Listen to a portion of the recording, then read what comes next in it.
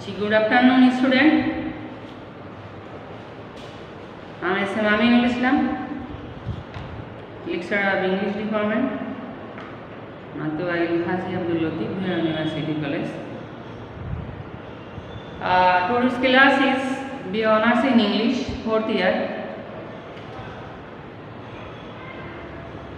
and our today's topic is the brief summary of the novels Hans and Lover by D.S. Lawrence. So, student, in my previous class, I try my best to discuss on the lifestyle and work and literary style of D.S. Lawrence, and I want to say to discuss today the brief summary of the novels Hans and Lover. Actually, student, it is a very long novel. It is not possible to say chapter by chapter summary and then need long time. So, in brief, I try my best to say. Actually, this outline is designed not as a substitute for the not full text of Hans and Lovers, but an instructive and motivating the readers, that means students, to the work of D.S. Lawrence, especially the novel present under discussions in briefly. It has been said that the author D.S. Lawrence, the Hans and Lover, the classic story of the boy growing up in a mining town in Nottinghamshire, and represent Lawrence's own childhood and his own family in his novel Hans and Lover. Thus, a brief review of Lawrence's life might be interest to the reader before approaching the novel. And the life and work already said something in my previous class, and today I am going through the brief summary. So, students, in the discussing beginning of the novel, you may want to know or in the bound to understand to know the setting of the novel. Actually, the Hans and Lover, the setting of the novel is the Nottinghamshire and Derbyshire area of England, and in area about 125 miles northwest of London and the town of Eastwood, but the writer represent Westwood. अर्थात जेटा writer D.S. लॉरेंसेर निजेर जन्मस्थान छिलेन ग्रामेर नाम Eastwood, but D.S. Lawrence एटाके नभेले बोलेছেন Westwood, and it is a mining village about 8 miles from Nottinghamshire. Mining village, that means খনি এলাকা। এখানে বেশিরভাগ শ্রমিকরা খনি শ্রমিক এবং সবাই খনিতে কাজ করে, that means coal and iron. কয়লা খনিতে কাজ করা কত কষ্টকর দুর্বিষহ জীবন, স্টুডেন্ট তোমরা আগে পরে হয়তো জেনে থাকবে। এমন একটা মাইনিং ফ্যামিলিতে জন্মগ্রহণ করেছিলেন D.S. লরেন্স, এই জন্য উনি এই বিষয়টি ভালোভাবে বুঝতে পেরেছিলেন and represent in his novel Hans and Lover, and here the main character Morel is the coal miner workers. This is the setting of the novel. অর্থাৎ it is a mining area, খনি শ্রমিক এবং খনি এলাকা যেখানে শ্রমিকরা সকাল to evening, morning to evening তারা এই কোল মাইনার হিসেবে যে অনেক নিচে অন্ধকার একটা জীবনযাপন অতিবাহিত করতে হয়, অ্যান্ড আফটার দ্য ইভিনিং দে তাদেরকে উপরে তুলে আনা হয় এবং বাস্তব জগতে তারা ফিরে আসে। So student, here I may represent, it is not possible in short the brief summary, that means I try my best to represent plot summary of the novel, and by this plot summary you may guess about the whole novel. That which originally the main character of the hero of the novel, that is originally called Paul Morel, and the novel is the story of the Morel's family. অর্থাৎ main character পল মরেল এবং সেই মরেলের যে family, wife, ছেলে মেয়ে নিয়ে যে সংসার, সেটাকে সানস অ্যান্ড লাভারে তুলে ধরা হয়েছে।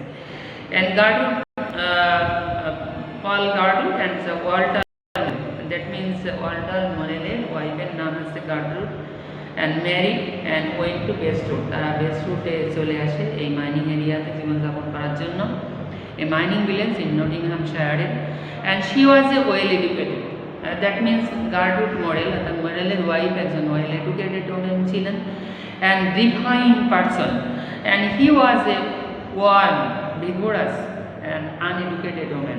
কিন্তু গার্ট্রুড মোরেলের husband, that means Paul Morel, উনি ছিলেন একজন আনএডুকেটেড ম্যান, কিন্তু ইয়াং এনার্জেটিক, খুব ফ্যাশনেবল ম্যান ছিলেন, যে কারণের জন্য হয়তো গার্ট্রুড মোরেল তাকে চয়েস করেছিলেন, and by this time they get married and live in mining village Bestwood.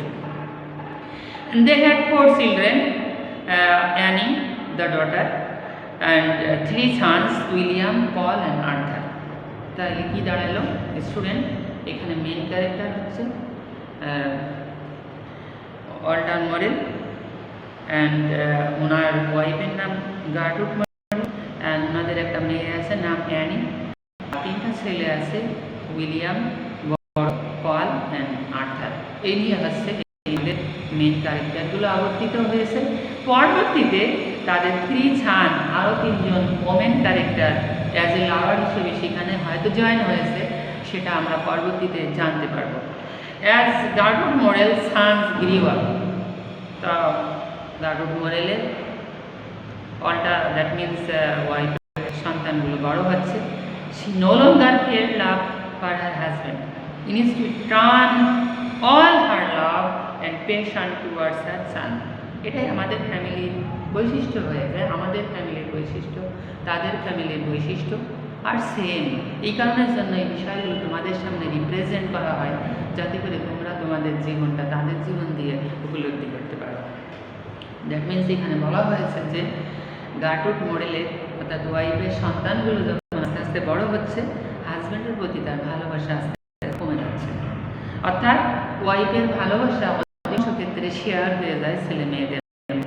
And the son grew up hating their father and completely depend upon their mother. Student, এখানে একটা বিষয় আমি আরেকটু বড় করে বলছি যে সন্তানগুলো বড় হচ্ছে, ওয়াইফ তাদেরকে কিভাবে বড় করতেছে। সন্তানগুলো বড় হয় মায়ের আদলে, মায়ের কাছে থাকে বেশি, মা যদি তাদের সঠিকভাবে ডিল করতে না পারে তাহলে সন্তানেরা ডাইভার্টেড হয়ে যায়। এখানে বিষয়টা কিন্তু কিছুটা তেমনই হয়েছে। হ্যাঁ, বাবা মোরেল কোল মাইনার ওয়ার্কার ছিলেন, সারাদিন মর্নিং টু ইভিনিং সেই মাটির অনেক নিচে অন্ধকারে সেখানে কাজ করতে হয়, কঠিন দুর্বিষহ জীবন, জয়ফুল বা এনজয়মেন্টের কোনো জায়গা তো সেখানে নেই। আফটার দ্য ইভিনিং যখন তাদেরকে তুলে আনা হয়, হয়তো সাময়িক সেখানের পরিবেশই এমন যে তারা ক্লাবে মেশে ড্রিঙ্কিং করে, এই বিষয়টা ওয়াইফ কিন্তু মার্সফুলি দেখতে পারত, কিন্তু এখানে তা হয়নি। ওয়াইফ ছেলে মেয়েদের কাছে বাবাকে এভাবে রিপ্রেজেন্ট করেছে যে বাবা অনেক খারাপ, ড্রাঙ্কার। এইভাবে করে ছেলে মেয়েগুলো বড় হয়েছে, তার বাবাকে হেড করতে করতেই তারা বড় হয়েছে। কিন্তু এটা একটা বোঝার বিষয় যে বাবাকে ঘৃণা করুক আর যাই করুক, সংসারটা কিন্তু বাবা চালায়। সুতরাং ওয়াইফ কিন্তু সেই ধারণাও ছেলে মেয়েদের মধ্যে রাখাটা উচিত ছিল। এখানেও ওয়াইফ যে সম্পূর্ণভাবেই ঠিক করেছে সেটাও আমি বলবো না যে Gertrude Morel or the right, that the situation of the society. বাবার যে কাজ করেন সেখানে এনজয়মেন্টের জায়গা না, হয়তো সাময়িকভাবে আফটার দ্য ইভিনিং তারা ড্রিঙ্কিং করে বা ক্লাবে মেশে, সেখানে সমাজ ব্যবস্থাই তো ওরকম। কিন্তু ওয়াইফ বাবাকে একজন ঘৃণিত পার্সন হিসেবে রিপ্রেজেন্ট করেছে, ছেলে মেয়েরা সেভাবে বড় হচ্ছে। কিন্তু ছেলে মেয়েদেরকে এটা বোঝা উচিত ছিল, ওয়াইফকেও বোঝা উচিত ছিল যে সংসারটা কিন্তু বাবা চালায়। To become the stronger factor in their lifes and result when they became men, ছেলে মেয়েগুলো আস্তে আস্তে যখন পূর্ণাঙ্গ মানুষে পরিণত হয়েছে, they were enable to find satisfactory relationship with any woman. এবং পরবর্তীতে দেখা গেছে যে ছেলেগুলো মার সাথে এতটাই রিলেটেড হয়ে গেছে যে পরবর্তী জীবনে তারা তাদের যে প্রেমিকের সাথে মিশেছে সেখানে মায়ের আত্মার যে টান সেটাকে ছিন্ন করে তারা তাদের সেই প্রেমিকদের সাথেও তাদের আত্মার রিলেশনশিপ গড়ে তুলতে পারে নাই। And William eldest son, how it's a girl, so when his physical satisfaction, আর সেখানেও তাদের ফিজিক্যাল স্যাটিসফ্যাকশন হলেও আত্মার টানটা কিন্তু মায়ের সাথেই রয়ে গেছে। But nothing more for his soul was his mother.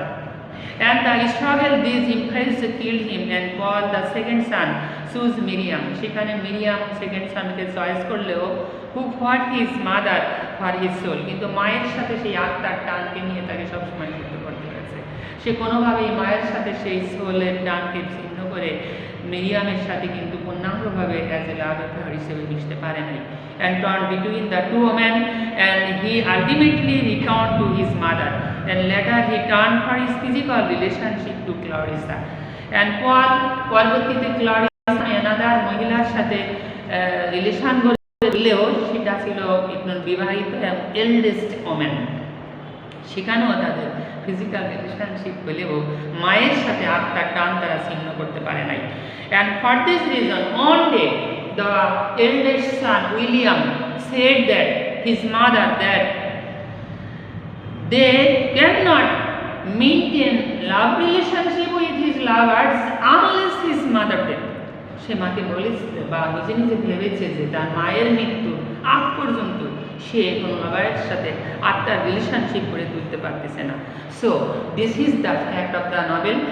For this reason আর বয়স্ক লাইফে মা কিন্তু অনেকটা এল্ডেস্ট সানের উপরে ডিপেন্ডেন্ট হয়ে যায়, যে কোনো কারণে বাবার বয়স আস্তে আস্তে বেড়ে যায়, এল্ডেস্ট সানের প্রতি মা বেড়ে যায়, সুতরাং এল্ডেস্ট সানের সাথে তার একটা আত্মার রিলেশন থেকে যায়, সেটা মা ছেলে সম্পর্ক, but not the sexual or another relationship to a student minding, and it is very much sexual and relationship novels and family very closely relationship family life.